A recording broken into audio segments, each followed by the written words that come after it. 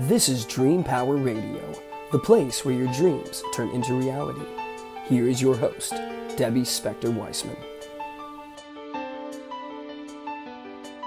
Hello, hello, hello, and welcome to the Dream Power Show on the amazing Women and Men of Power Network, the world's leading positive programming network powered by Raven International. I'm your host, Debbie Spector-Weissman, the Dream Coach. This is the show where we talk about dreams, both daytime and nighttime dreams, and how you can use them to make the internal shift to a life you love. And as always, I'm here to help you understand your dreams. So if you have a dream that's got you stumped, send it to me at debbie@dreampowerradio.com. I can help you interpret your dream or answer any general questions you may have about dreams. So again, you can email me at debbie@dreampowerradio.com. Well, I have a question for you. When is a rock not a rock? When you come to realize that many stones, in particular crystals, actually have all kinds of healing properties. And we're going to talk about this with my guest today, Jolie DeMarco. Jolie discovered the power of crystals when she was a child, and since then she's cataloged the properties of hundreds of crystals and has taught and guided countless people on how to use these precious stones in their lives. She's also an inspirational speaker, professional intuitive, and is known as the Crystal Junkie. She's the author of 8 books, including her latest book, High Vibes Crystal Healing, Crystal Frequencies That Will Rock Your World, which features all kinds of information on how to use crystals in your healing practice. And with that, welcome to Dream Power Radio, Jolie. Hi, Debbie. Thank you so much for having me. I'm honored. Oh, I'm so glad that you're here because, Jolie, I have to admit right from the outset, I'm not an expert on crystals, but I am really fascinated by them. And in fact, a couple of years ago, my husband and I were at a convention that was selling crystals, and I honed in on one table that was selling, had tons and tons of crystals on them, and a lot of these 2-inch wands that had, precious stones on them. I bought about 10 of these and took them home and just played around with them. And I found that sometimes I could hold one and, it made me feel good. And then there was one stone in particular that my husband liked, and I was able to rub it on him to actually, he had his sore back, and it made his back feel better. So my question to you is, why? What makes crystals so powerful? Well, crystals are very magical. They basically have energy. So there's a little bit of science to it and a little bit of metaphysical kind of woo-woo to it. But basically, everything is energy in the universe. And crystals hold vibrations, just like we do as people. And different crystals have different properties in them, which can emit different energies from their aura around their sense. So basically, they're emitting and giving us energy through their properties. I like to, do you remember which one that wand was that you put on his back? I could kind of maybe give you a little info on that. I'm not sure. It might have been a red garnet, but I'm not sure. Okay. I'm actually not in front of my crystals right now. Otherwise, I could hold it up and show it to you. Okay. But I don't have them with me. So, we'll just have to guess, I guess. Okay. A good one to put on your back, a really good one that would help with like skeletal and things like that would be a red jasper. So maybe it was a red jasper. Maybe that was it, because I know it was a red one. Okay, yeah, red. If it was kind of more of a bright red, it would be red jasper. If it was a garnet, garnets actually are really good for kidneys, actually lower back problems because your kidneys are back there too, so it can kind of work on that. But crystals are actually more fun than just using them for ailments. Right?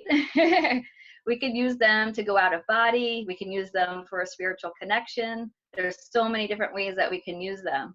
Yeah, well, one thing that I didn't know until I was made aware of it by reading your book was that there are actually crystals that can help us with our dreams, which of course totally fascinated me. So can you tell us what those crystals are and how they work? Yeah, absolutely. Some of my favorite crystals are crystals that you can use for vivid dreaming. And one particular is called the apophyllite crystal. I actually call it the unicorn crystal because you could put it on your third eye, just like this, and sleep with it. If you knock it off, it's still going to be close to your head in that aura of your crown and third eye chakra. And apophyllite not only can help you with your dreamings, it helps you with past life regression too. So if you believe in past lives or parallel lives, it can open up that part of you as well. So they're kind of fun to experiment with. Okay, so if you want to use a crystal to help you dream, then you do put it on your third eye right when you go to sleep. That's how you use it. Yeah, or as long as you put it like near your head, third eye area, or above the crown of your head, it's close enough to it. If it doesn't stay on your body, it's okay. It's still in the energy field there. But another good one that you might try is called Herkimer diamonds. And you could only find them in Herkimer, New York. And they're a tiny, tiny little crystal, beautiful like diamonds because they are diamonds. And if you put them near your bed, I usually tape them because they're like smaller than a dime, if you know, because it could be quite pricey if they're bigger. And I tape it to my pillow so this way I don't lose it. And the dreams that you get with that would be not past life per se, but most of them are very vivid. They feel super real. So it's really amazing. And sometimes you could connect with past loved ones that way as well. So you say the crystals have energy and these properties. How does that actually translate into getting into your subconscious to help you dream? With your subconscious, well, the way that I work with crystals, can I give you an example of another crystal? Sure. Okay, so there's a crystal called lepidolite. We call it the Prozac stone because it helps your moods kind of stay more even, right? Just like the pharmaceutical Prozac. So lepidolite actually has lithium in it. So part of its actual properties with the lithium can help us stabilize our moods. And if you think of crystals as vitamins from the earth, which they really are, because then basically our vitamins were originally crystals, and then we took out the properties of the ground and put some pharmaceutical or other products with them to make vitamins and or pharmaceutical drugs. So we're kind of going back to the natural way of using crystals to affect our energy. We don't have to ingest them, however, but putting them in our energy field, it takes a good 20 minutes before the energy of a crystal, its aura and its properties, goes through our energy field, which we have several layers of our aura. And when it hits to our physical, then it could hit our conscious, subconscious, your emotional, mental, and spiritual fields. So that's how it affects us with its vibrations. Aha.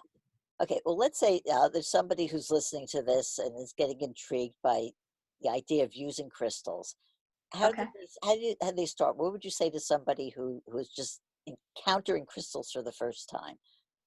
For the first time, I would tell you to go to a crystal shop, any local crystal shop, and just walk in and just look at all the crystals visually, and then start to allow yourself to feel them, the ones that you're drawn to. I always tell people to pick 3 crystals that you're drawn to out of a multiple. You might see 50 or 100 there.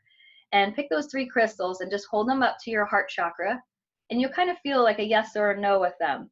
And then from there, you could look up, there's books, of course, you could use my book, High Vibe Crystal Healing, or any kind of reference book with crystals, and you can see what the uses are for them, whether it's physical, emotional, mental, or spiritual. And then you can start to learn why your body needed that crystal. And 9 times out of 10, your body's going to tell you what you need, and that's why you get attracted to it. So it's kind of fun to do that. And every day we change, right? Because every day we're a little bit different with our emotions, different things happen in life. So you might not need the same crystal all the time. So if you create a little collection of them, then when you have your own collection, instead of going to the crystal store all the time, you can choose the one that's working for you that day. Okay, well, that seems to make sense. Is there any one or maybe 2 crystals that you would consider like universal crystals that are beneficial to everyone? Yes, that's a good question. So basically, amethyst is a crystal that's pretty common. We could get it in Brazil and Uruguay. It's a purple crystal, and most people have seen that one in jewelry, and it's most common. And that one actually helps us have nice sleep. So it helps you relax. It gives you good dreams also. Opens up your third eye, but it's a very relaxing stone. So even people that have disorders with sleeping can really benefit from that crystal. But amethyst in general is just a very relaxing stone, universal. It's great to put in your home, not only sleep with, but in your home for the energy to feel good in your home space. Very relaxing, comfortable feeling energy. Okay, so you talked about, we talked about the dreaming crystals. You said you put them on your third eye. How do you use other crystals just in your everyday life? A lot of women, well, they say women live longer than men because we wear jewelry, but now more men are wearing jewelry as well because they're realizing that the crystals actually are working for our bodies.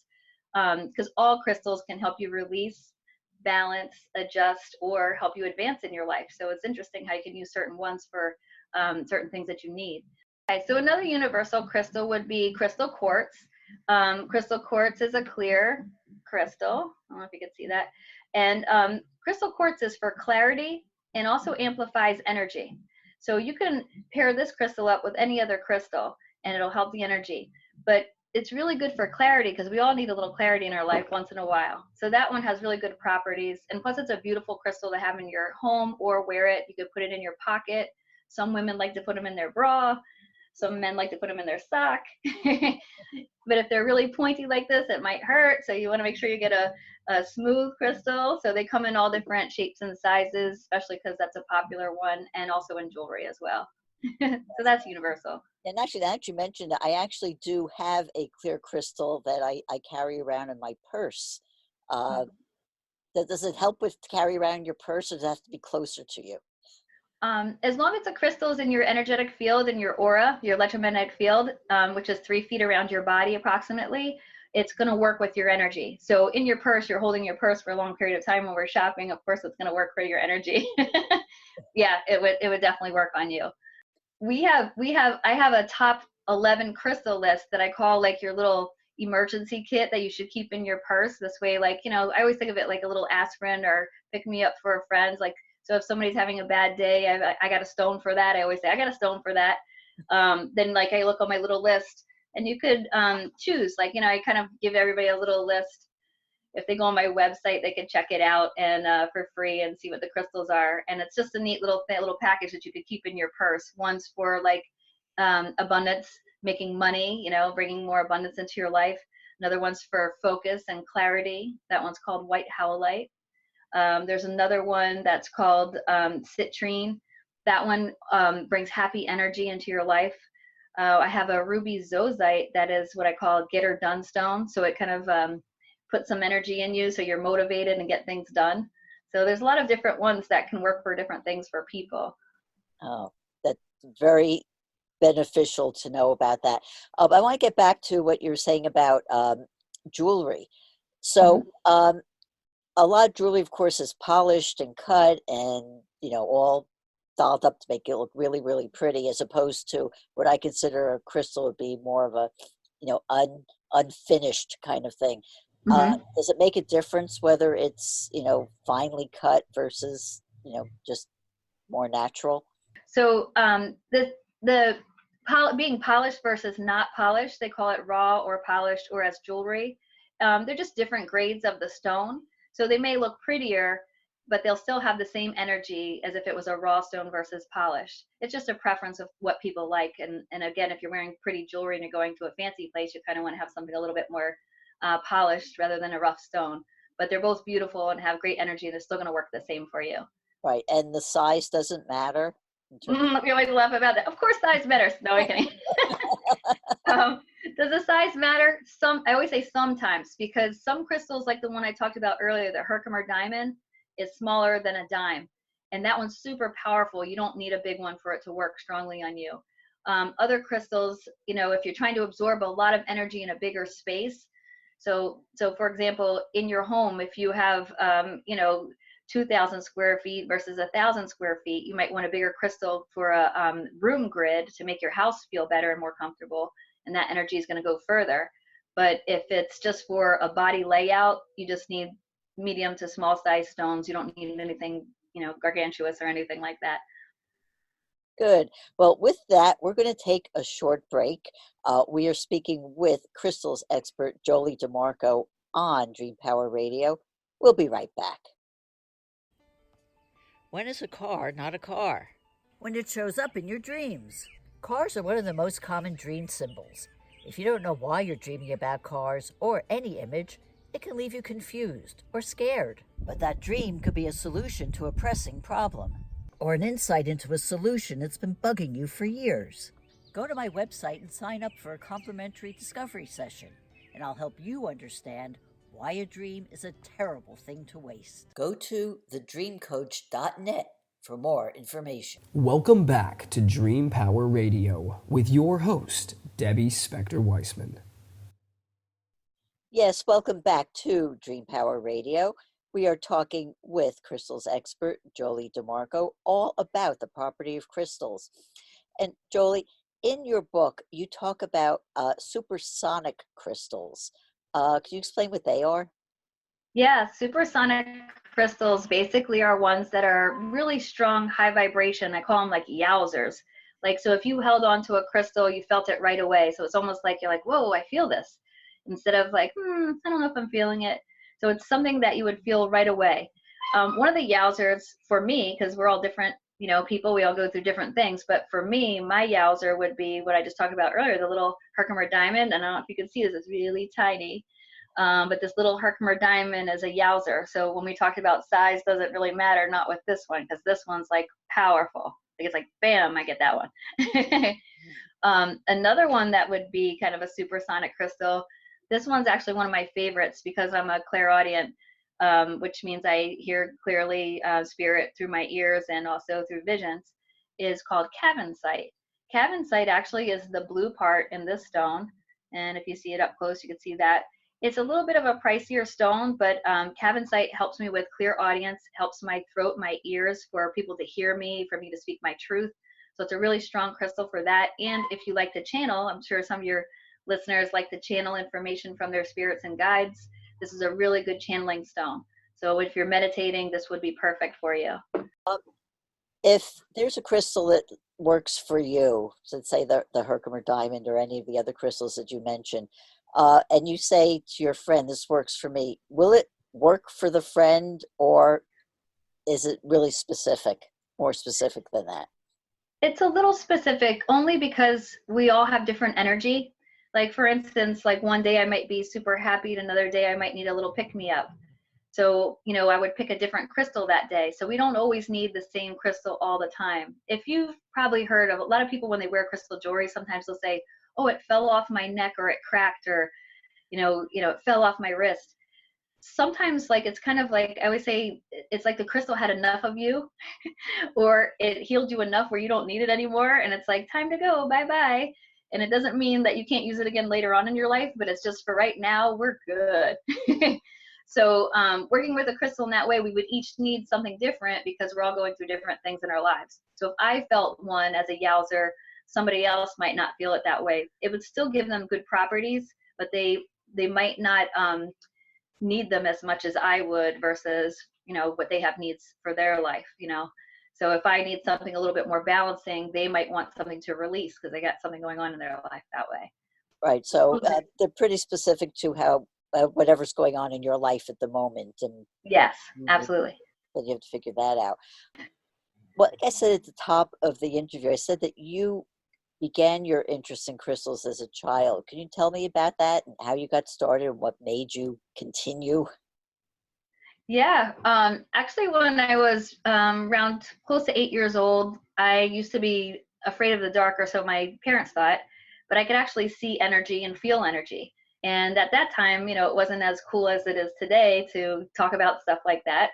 And so I always started playing with stones, and I got really interested in holding them. There was a place in the local mall where they had like a rock show, so I'd buy rocks. And I started walking around with a stone called Tiger's Eye. And Tiger's Eye, later to me, be known to me, basically is for protection and grounding. Because I was always a very floaty kid. I was always connecting with angels and hearing voices, and I didn't know exactly what I was doing at that time. And so that stone made me feel really secure, really safe, because I was always scared. I used to just walk around like being frightened all the time. But that stone really helped me. And then I just started collecting more and more and more, and I just love them. So that's why they call me the Crystal Junkie. If you could see my collection now, you'd be like, whoa. How many crystals? But it grew into, Oh my gosh. Well, I have Debbie, I have two crystal stores, and we have probably over like, I would say 500 different types of crystals within the stores. So, I mean, thousands of them we have right now. But my personal collection, I would say I probably have probably a good like 900 crystals at my house, but all in different sections. And, A and lot. we talked about crystals having different properties and doing different things, healing and calming and pain. And what are some of the different classifications of crystals? I've kind of made my own classifications with them. So there's ones for healing, and there's ones for connected to your spirit. There's ones that are for like I said, physical healing, but there's also emotional and mental healing. So basically those would be like the basics of it. But as far as like harmonizing crystals together, the knowledge of knowing how to do crystal healing is what makes it such an art and makes it so valuable to people, because a lot of the crystals are great feeling in general, but when you do a body layout on somebody, if you put crystals together that counteract their energies, for example, if you used amethyst as relaxing you, and then you used a stone called ruby zozite that's going to motivate you, they kind of aren't helping you, right? Because they're opposites of what you're trying to do, depending on the purpose that you need it for. Right. So, sometimes when I see women or young girls wearing a whole bunch of bracelets on, I look over to see if they're harmonizing together, and I'm like, do you ever feel a little confused? And sometimes the young girls are like, yeah, I do. And I'm like, well, because you got a lot of crystals. One's telling you to do this, the other one's telling you to do that. Maybe you just cut them down or put these together and these together. So it's kind of neat once you get educated, then you realize you're like, whoa, it totally makes sense. Right. Okay. You just were talking about body layouts, and in your book, you've got 26 different crystal body layouts. Can you explain more about what a body layout is and how it works? Yep. So in the book, I made it really easy for anybody from a beginner to even a seasoned healer that does maybe Reiki or any kind of energy healing to adapt to use it in their practice. But if you're a beginner, it's really great because I tell you like kind of exactly what you need. I have a what you need list. It gives you the crystals and essence to make a whole session, by yourself, and how long you should do it, where the crystals should be on your body. So crystal healing is about harmonizing crystals around your body for your special needs, whatever it might be to you, whether you need to advance in your life because you have some goals you want to get to, whether you want to release some old energy from an old relationship, or attracting money, or if you just want to take a nice trip out of your body. There's crystals specifically for each one of those. And so I have about 5 to 6 different layouts for each one of those categories. So this way you can connect to a loved one that's passed away, or you can just float out of your body and have a good time, or you can reach those goals that you want so badly to help you get there to that level of contentment in your life. So it's really fun. I take you through a whole journey of progression throughout that. And there's also ones for physical healing. One that's a really favorite that a lot of people have been using lately with their kids is one for ADHD, helps them have more focus. So there's a great grid in there for that. And it's easy because even though, they might not have focus, they can have the crystals around them and fall asleep. And this way it kind of works with their energy as they're sleeping. Right. There's a lot of fun. Yeah. So if you're doing a body layout, I mean, you actually lying down and having the crystals around you when you do it? And if so, how long do you stay in that position? So basically in the layouts in the book, I give you actually timing. So it actually takes 20 minutes for a person to relax. And there's been studies with this with meditation as well. But it actually takes 20 minutes for a crystal's energy, so the aura of a crystal and your aura, and the crystal's energy penetrates your aura. By the time it gets through all the layers, it takes about 20 minutes. So I would always tell somebody to do it 20 minutes or more. I usually like to say 20 to 60 or 90 minutes, because once you start working with the crystals, you get so deep. It's like you just are like in the best space ever. You feel so good. It's very euphoric, and you'll get addicted to it, just like I did. And it's just such a beautiful thing to be able to do, where you don't destroy any brain cells. You don't have to smoke anything, drink anything. It's just using natural earth to get to a beautiful space, mind space.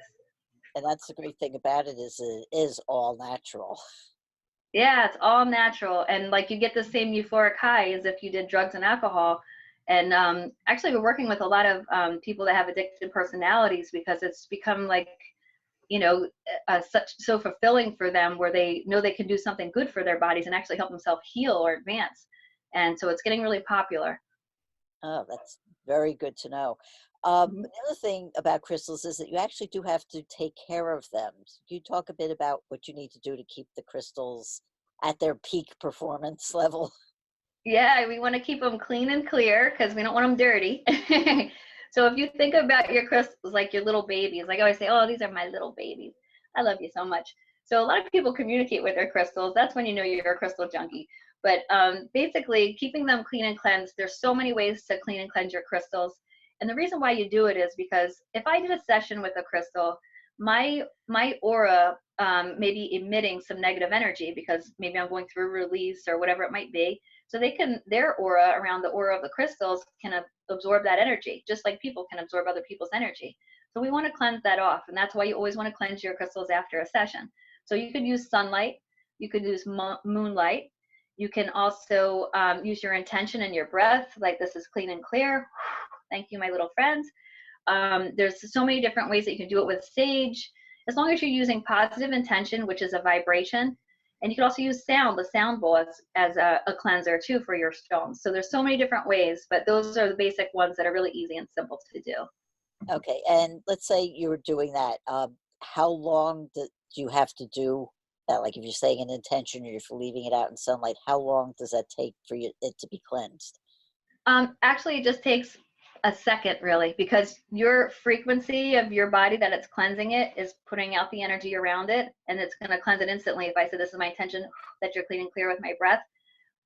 As far as putting it outside in the moon or the sunlight, it's actually going to charge your crystals as well as cleanse them. So I usually leave mine out at least 4 hours or longer, either in the moonlight. You can leave them out all night too. It's not going to hurt them. But at least 4 hours or longer, and then they actually get charged by the moon or the sun as well. So it's kind of cool. They feel really like super, super happy. That sounds great. And you know what? The time has flown by. I can't believe it's almost, our time's almost up. So my final question to you is, how can people find out more about you and about your books? They could go to joliedemarco.com. They can also go to Llewellyn as my publisher, so they can go to llewellynworldwide.com if they want to order the books through them. They could also receive it on Barnes & Nobles and all the stores right now. It's physically in the store. This is kind of a book to me that you would want to have as a hard copy. So I would tell people to go into Barnes & Nobles and get it there, or they could order it and have it one day for you. Even though you could order it online, I just feel like it's something that you definitely want a hard copy of. It's also important to support our local bookstores too. Yeah, absolutely. Local businesses. We need to support them, or crystal stores. Absolutely. Do they sell your books in crystal stores?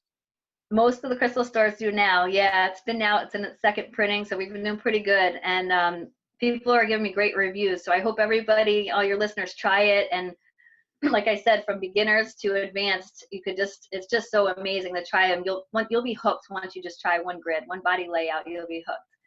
So thank you so much. Thank you so much for being on Dream Power Radio today. We've been talking with the Mistress of Crystals, Jolie DeMarco, about the magical power of crystals. I'm Debbie Spector-Weissman. I hope you tune in next time. And until then, sweet dreams, everybody.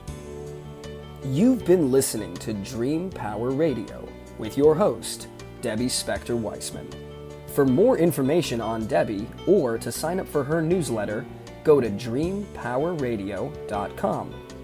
This has been Dream Power Radio on the amazing Women and Men of Power Network, the world's leading positive programming network, powered by Raven International.